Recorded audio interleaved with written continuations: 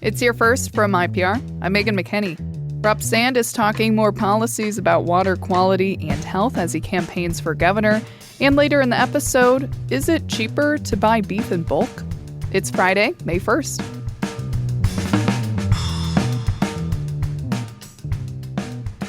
Democratic candidate for governor Rep. Sand is calling for more tax incentives and funding for farmers to implement conservation practices as part of his plan to improve water quality and health. IPR's Katerina Sestarek reports. Sand is proposing income and property tax credits for farmers who use conservation and nutrient reduction practices. He also wants to boost funding for water quality monitoring and create a system to notify Iowans when nitrates in drinking water approach the federal limit. In an interview with IPR, Sand didn't say if he'd rule out pursuing farm regulations, which some water quality advocates say are needed to address pollution. I think that we'll see real substantial improvement if we actually invest in monitoring and we invest in conservation programs in a way that politicians so far just haven't been willing to, despite the fact that Iowans across the political spectrum want these things. Sand says livestock operators' manure management records should be accessible to the public, and he wants to invest in digesters that convert manure into biogas. I'm Katerina Sestarek, IPR News. Iowa law officers wouldn't be required to do yearly implicit bias prevention training under a bill headed to the governor's desk. De-escalation training requirements would still be in place. The Des Moines Register reports lawmakers passed the training requirements after the murder of George Floyd, a black man, by a white police officer in Minneapolis in 2020. The bill also gets rid of long-standing affirmative action plans and reporting requirements for multiple state agencies. They could only report their use and promotion of Iowa-based businesses instead of promoting minority and woman-owned businesses. Republicans said the bill will save taxpayer dollars by eliminating affirmative action requirements and staff positions dealing with those requirements. Democrats raised concerns the bill would undermine community trust and deepen disparities facing underrepresented communities. Federal restrictions on food assistance for some immigrants would be put into state law under a bill that's now on its way to the governor's desk. That's after the One Big Beautiful Bill Act ended SNAP benefits for refugees and some other immigrants with legal status. Republican Senator Scott Webster of Bettendorf says the bill makes it clear immigrants without legal status should never be eligible for public assistance. It also implements integrity measures for the Iowa HHS to ensure our welfare system is a safeguard against waste, fraud, and abuse. Democratic Senator Sarah Troyen Garrett says this means Iowa will continue to deny SNAP to refugees even if the federal government changes its policies. The bill also seeks to eliminate retroactive Medicaid coverage with some exceptions. The bill no longer includes a provision to raise the income limit for employed Iowans with disabilities to qualify for Medicaid. A billionaire with Iowa ties testified before a U.S. House committee investigating convicted sex offender Jeffrey Epstein. Ted Waite is a Sioux City native who co-founded the computer company Gateway 2000. He dated Epstein's longtime associate, Ghislaine Maxwell, for several years after her relationship with Epstein ended. Politico reports during the closed-door session, Waite provided little new information and said he couldn't remember the answers to some of the questions. Maxwell is serving a 20-year federal prison sentence for child sex trafficking. During her sentencing, one of Waite's daughters wrote a letter in support of Maxwell. She said as a kid she saw Maxwell as a strong and caring woman.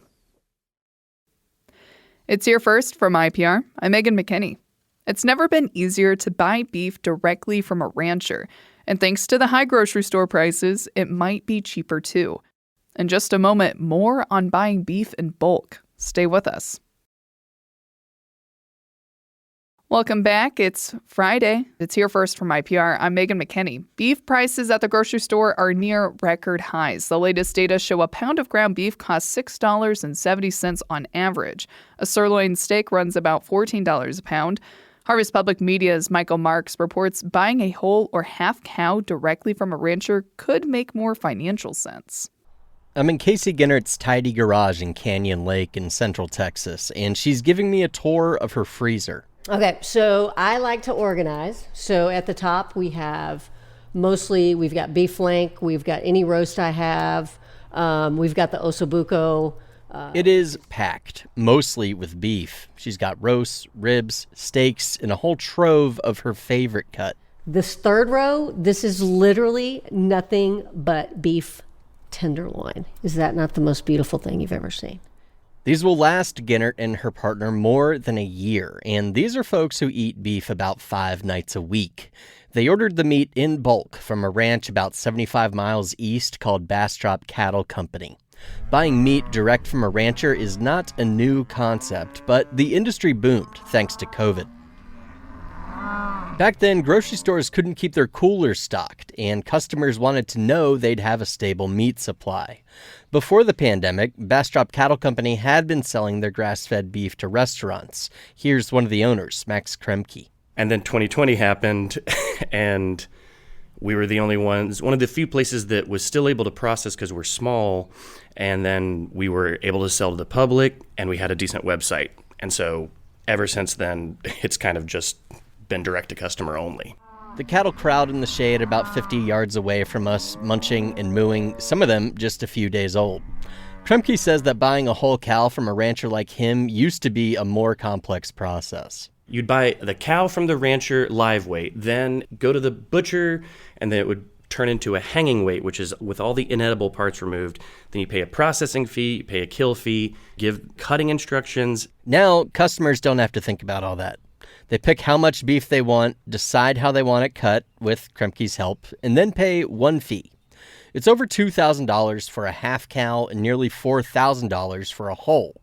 That's a lot of money.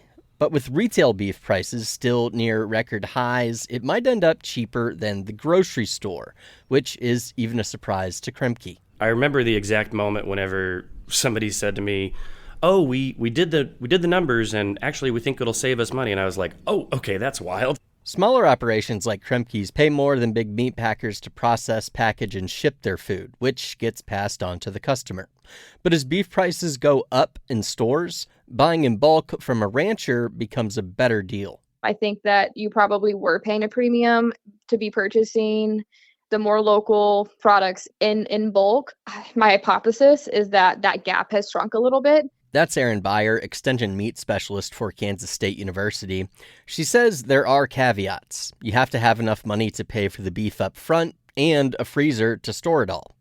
Beyer says some people who bought a whole cow during the pandemic got more than they bargained for. That was a big issue from the beginning of, I bought a half of beef or a quarter of beef, and then they would get it, right? And they have one small chest freezer. There's no way that's going to fit. Back in Canyon Lake, Casey Ginnert likes how buying a few 100 pounds of beef at a time shields her from fluctuations in price. Once you buy it at that price, if it goes up because something's going on political science-wise, whatever, my pricing has stayed the same, at least for a good year and a half.